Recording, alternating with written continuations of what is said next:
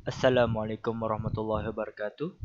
In this video, we group 1 will present for lab 2.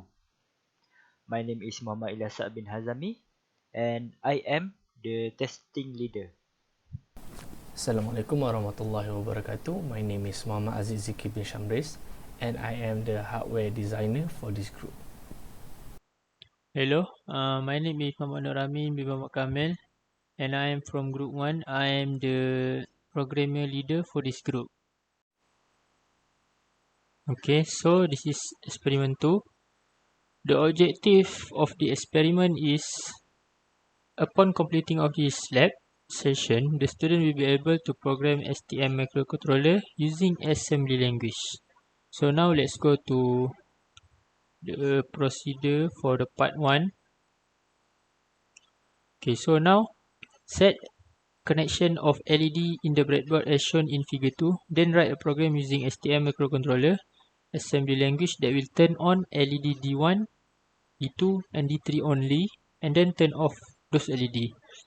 Load the program to microcontroller and explain the findings in the report. So this asks us to turn on these 3 LED only and then turn it off. And so right here is the command for the part 1. So we look at here. Firstly, we should declare this thing first. So this can be gained from the datasheet.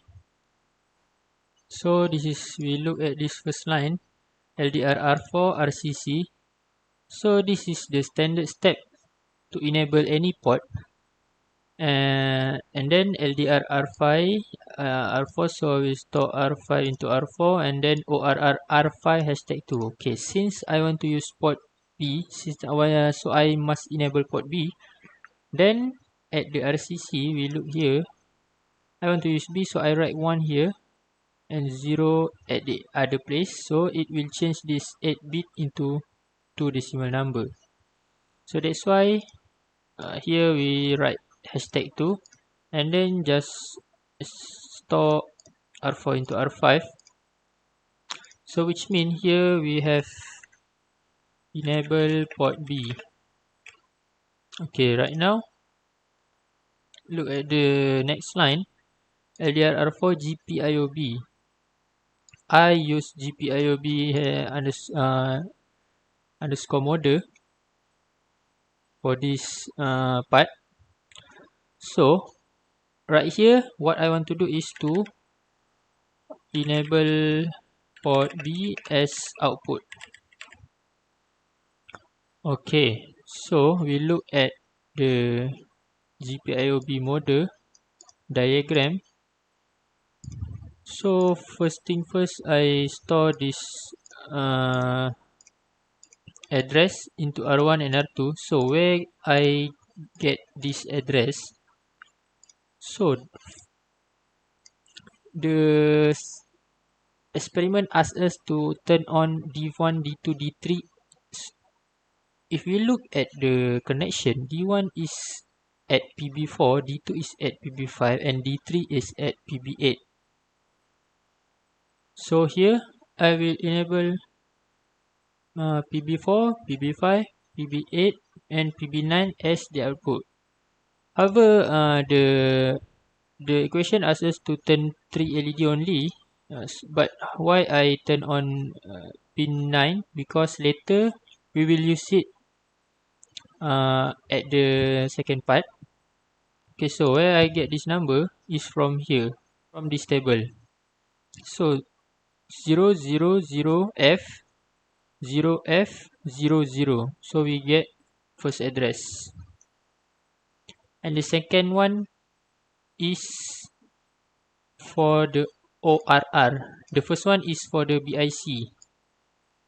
So first one ORR we get from this table by turn on the same port that we want, which is port 5, port pin 4, pin 5, pin 8 and pin 9. So we change it 0005 05 00. So we get this two address, and then we LDR R5 into R4, and we BIC, which means we inverse R1, which is this address, and we OR the R2, which is this address. So why don't I just write it like this? We can see it is more simple and shorter. It's because when I write like this, I don't know why there has an error.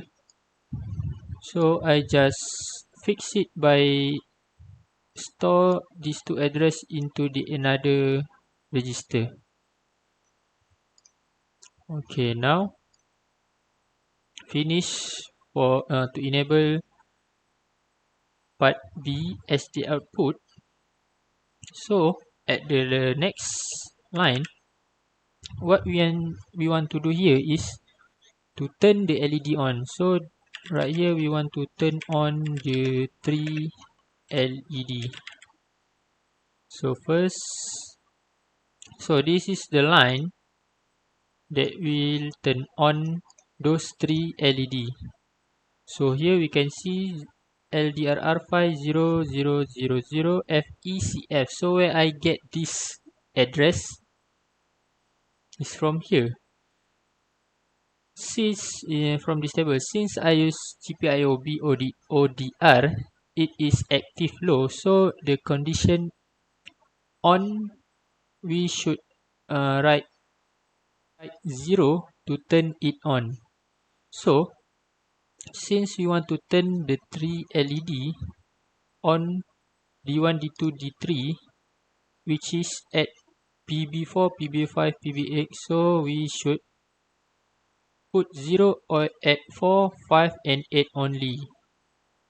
And then we get this address from this table. And then we just follow the next step. Store R5 into R4 and MOV 500. This is for the delay.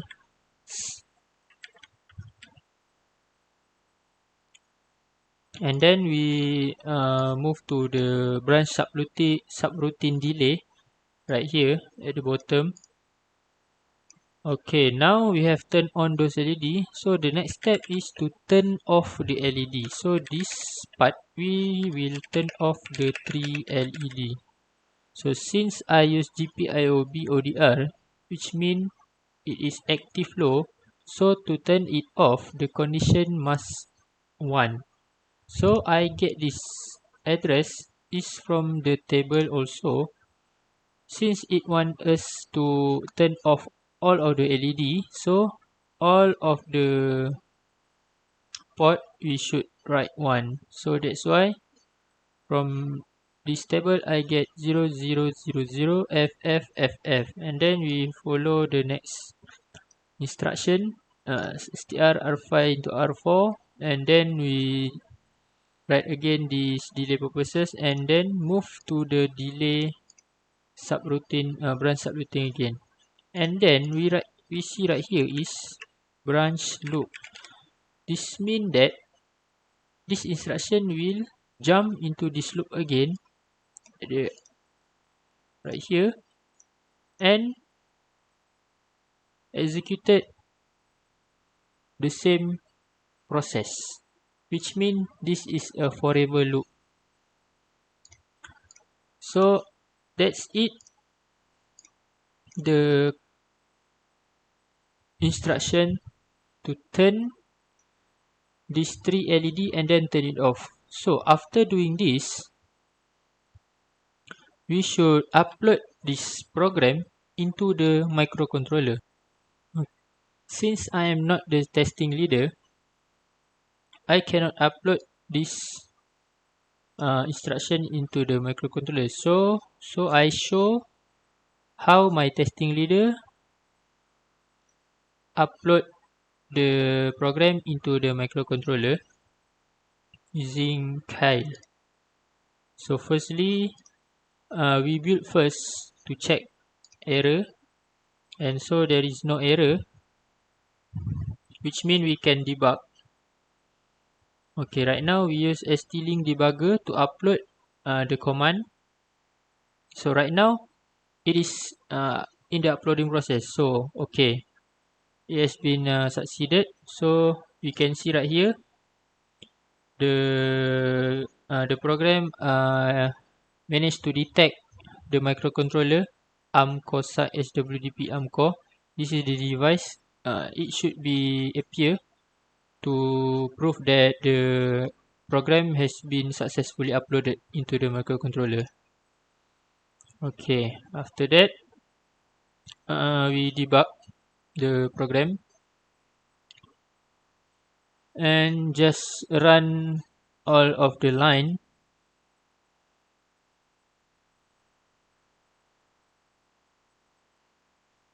And then the hardware will turn on the 3 LED that we want. So this is the proof that we managed to run what the question asked us to do. Thank you. So we will move on to the next instruction, which is to modify the program so that the LED will turn on one by one, starting from LED D1 until D4. So we just need to modify the program.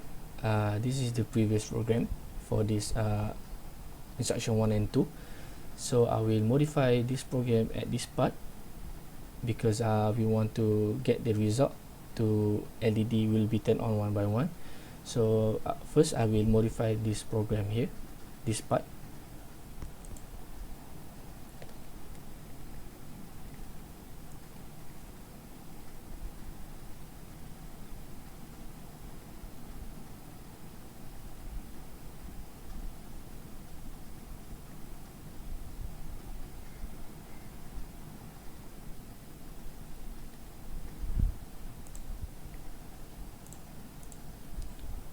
Okay, done. I already modify this part where I add two more instruction or program, which is this is LED D1, this is for LED D2, this is to turn on the LED D1, this is to turn on the LED D2, LED D3 and LED D4. So what I did is I just modify this value here for LDRR5, where this each value can be determined by referring to this diagram, a GPIOB model. Yes, GPIOB diagram. Sorry, here. So we can refer to this diagram where GPIOB ODR diagram, where now is in active low. So how to get this value is, so LED D1, it was connected to PB4, so this is the PB4, so we will put 0 here, we will enable this port. So from after we put the 0 here, we can get the new value, new address for this LED one, where 0000 FFEF, and that's how we get the value here. And next is also the same for LED2, where for LED2 it was connected to PB5, so we will enable the PB5 here, so we put 0 here, so the new value will be 0000 FFDF, so we put the value here. And then also the same for LED3, where LED3 was connected to PB8, and we will enable the PB8 here, so we put 0 here, so the new value is 0000 FEFF. And the last one is for D4, where D4 is connected to PB9, so here the PB9 port, so we will put 0 here, and the new value will be 0000 FDFF. And after that everything is the same. Next is we will see the calculation for the delay. So this is the calculation for the delay. First we need to find L1 CC. CC is a clock cycle, so L1 is loop 1. So how to get it is we use counter times CC. So the counter is 5325 here. This is the counter, and then the clock cycle, we take the from subs and BNE. So it is 1 and 3, so 1 plus 3, and the value will be 21300. And then the next one, we need to get the L2CC, which is the loop 2 clock cycle, where the formula is counter times L2CC. So the counter is 500 times 2 times L1CC plus 1 plus 3. L1CC, we already get the value here, and then 1 plus 3, so the value will be 10653,000. And then from here we can calculate the delay value. So the delay, the formula is total clock cycle over frequency, and the total clock cycle will be obtained, which is 10674,300. We divide it by 180, which is, this is the maximum frequency for the board that we use. So we divide by this value, and then we will get the delay value is 5330 ms. So next, after finish all the modification, we will upload all of this program into the microcontroller. We will upload it into the microcontroller. So I will show the video of the uploading process that has been done by our testing leader, Muhammad Ilyasaq. So this is the video, so I will explain in this video. So this is the program that have been modified. So we build, and then there's no error. Then first we need to set here, use a ST-Link debugger, as is the same as the previous part. So we already upload. Then we will start the debug session. Is the same as the previous. So here we will go line by line, then we will run all of this program.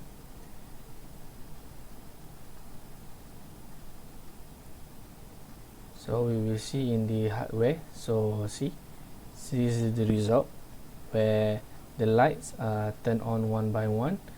It is the same like what the question want us to get. So this is the result in this video. So I think that's it for the instruction number 3 to modify the light turn on one by one. So we already done that. So thank you, that's it for me. Next, we will proceed for the part 2. In part 2, we need to set for the input and the output. So, number 1, construct the connection of push buttons and LEDs on the breadboard as shown in figure 3. Next, write a program using STM32F446RE microcontroller assembly language that operates as follows. When the first switch button being pressed, LED D1, D2 and D3 will blink. All LEDs on and all LEDs off. Next, for the second button being pressed, LED D1 until D4 turns on one by one. Lastly, when no push button being pressed, all LEDs off. Number 2, load the program to the microcontroller and explain the findings in the report. So, first, to construct the connection, because of the LED using the port B, PB4, 5, 8 and 9 on the microcontroller, for the PB8 and 9 we will use D15 and D14. For PB4 and 5 we will use D5 and D4. For the input, it uses port A1 and port A4. So for the input, switch 1 is on port A1, which is A1, and switch 2 is port A4, which is A2. Now we will go to the coding. For the coding, First, we need to set the RCC AHB1 ENR and its value. To get the value, we will need to go see on the table. So, on the table have been given the value of the address for the RCC HB1ENR, GPIOA model, GPIOA IDR, GPIOB model, and GPIOB ODR. We use this because RCC AHB1ENR to enable the GPIOA and GPIOB clock. The GPIOA model to set the pin port A as an input mode. The GPIOA IDR is for the input. The GPIOB model and GPIOB ODR are same as the previous part on this lab, which is to set the port B as an output mode and to assign the output value. So for enable the GPIOA clock, the value of the ORR is 1 because the GPIOA is on the right side. So when we assign it as 1, the binary value for this value is 1 and the hexa value is 1. To enable the GPIOB clock, we will give the value of ORR is 2 because the GPIOB is here. When we assign 1, the binary is 1 0, so the hexa is 2. Next, to set the pin port A as an input mode, we only need to set the value of the BIC. To get the value of the BIC, we need to use this table. To use this table, each port has 2 places. Starting from port 0, port 1, port 2, port 3, port 4, 5, 6, 7, and so on, until port 13. So for the input, we will use port A1 and port A4. So starting from port A0, port A1. So we will assign 1 on both places in this table for port A1, and as same as the port A4, both 1 on the port A4 table. So to get the hexa value, we will make it into 4 groups. Starting from here, 4 groups will become 1 1 0 0, which is equals to C, 0 0 0 0, which is equal to 0, 1 1 0 0, which is equals to 3, 0 0 0 0, which is equals to 0, and the rest is 0. That's why we got 30C at here. So to set the port B as an output has been explained by my friends on the previous part. So I assume there is no need to further explanation. Next, for the input. To set the input values, to read the push button 1 being pressed or push button 2 being pressed, we need to set the masking and the value which push button are being pressed. So to set the masking, we need to assign 1 on both port A1 and port A4. So starting from here, port A0, here is port A1, so we will assign here 1.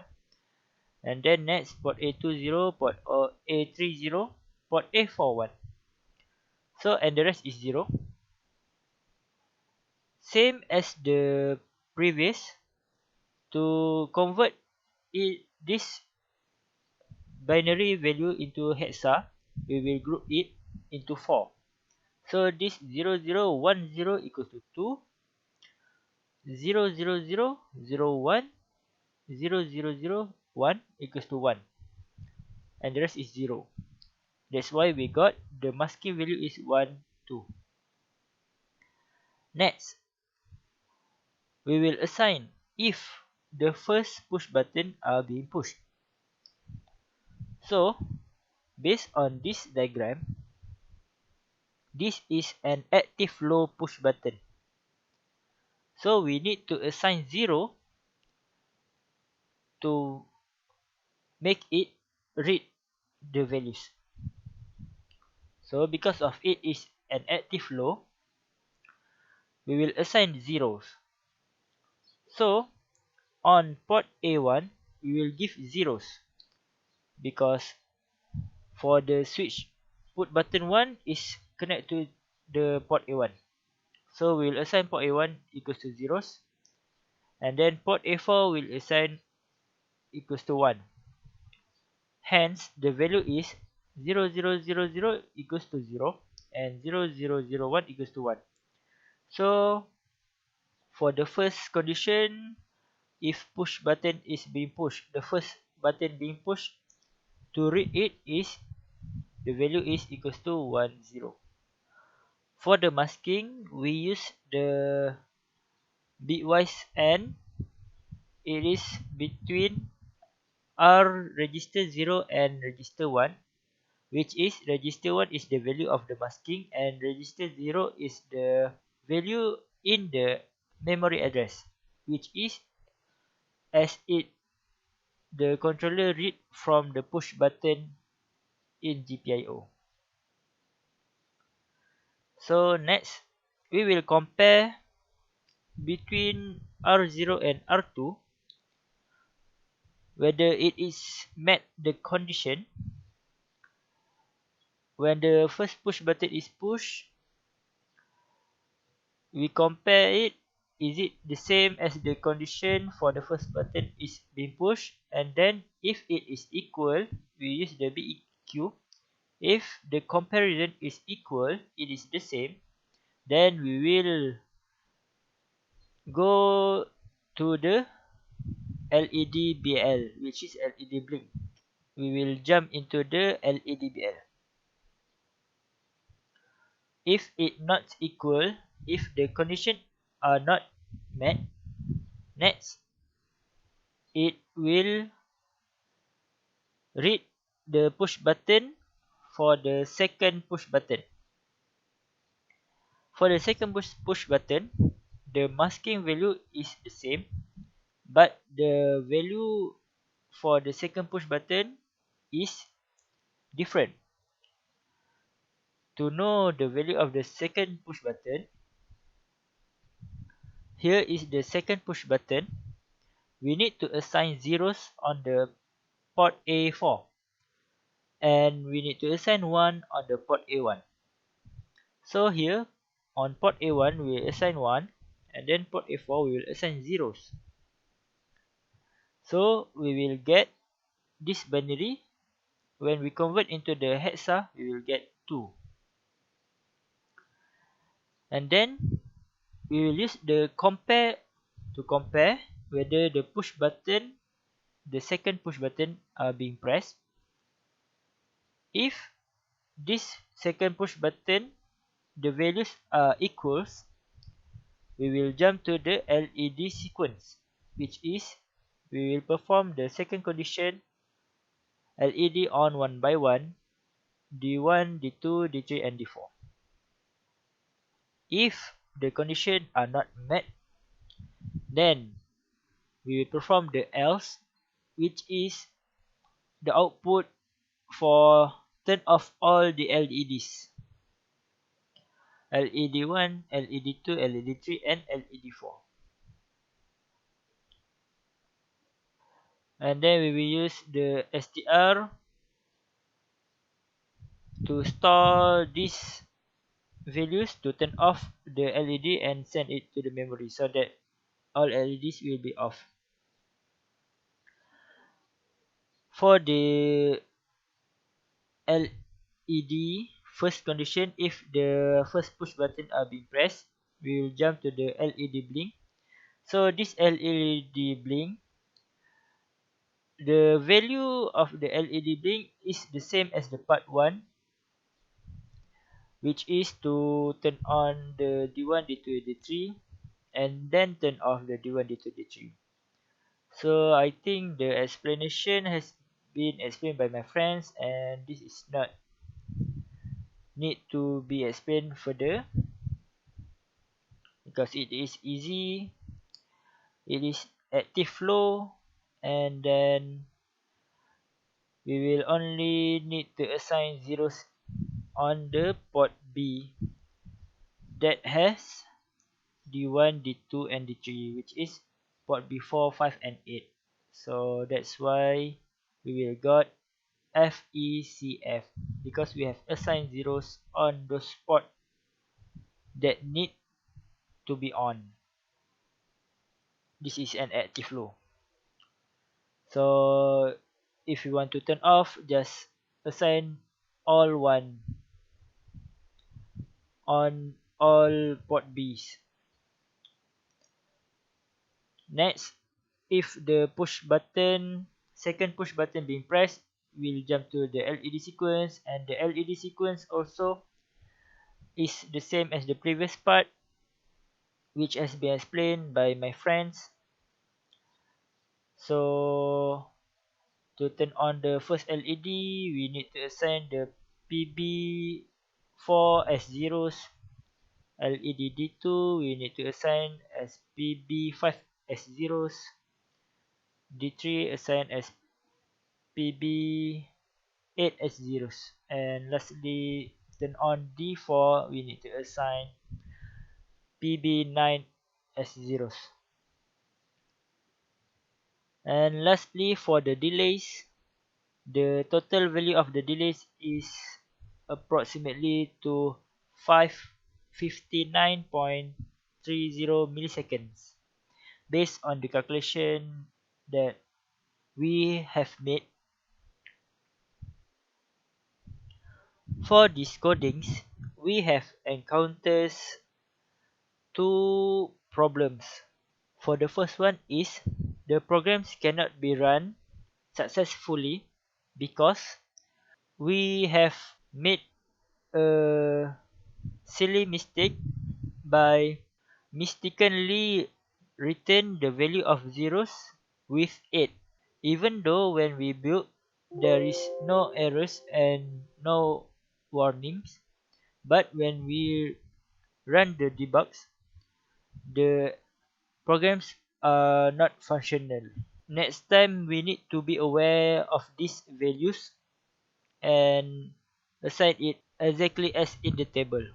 The second problem that we encounter is this value and this value for BIC and ORR cannot be written directly in the BIC and ORR line. It will occur 2 errors.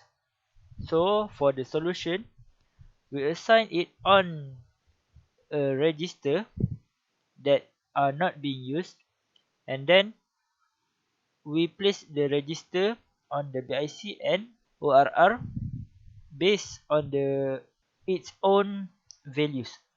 Next, we will move on how to run the programs and the results. So this is on how to run the program. First, we need to check whether there is errors or warnings. So here there is 0 errors and 0 warnings. Next, we will need to set the debug and use the ST-Link debugger. And then we need to plug in the microcontroller. Next, we need to see whether the KAMIL detect the microcontroller flash. So it is detect. Next, we can run the program and burn the program into the flash. Next, to run the program, we need to click on the first main, and then we click here, and then we click here at the disassembly, and then we click run.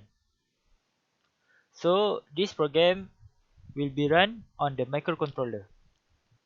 Next, for the result, here is the result. Now the push button, this is the first push button on the top, and the bottom is the second push button.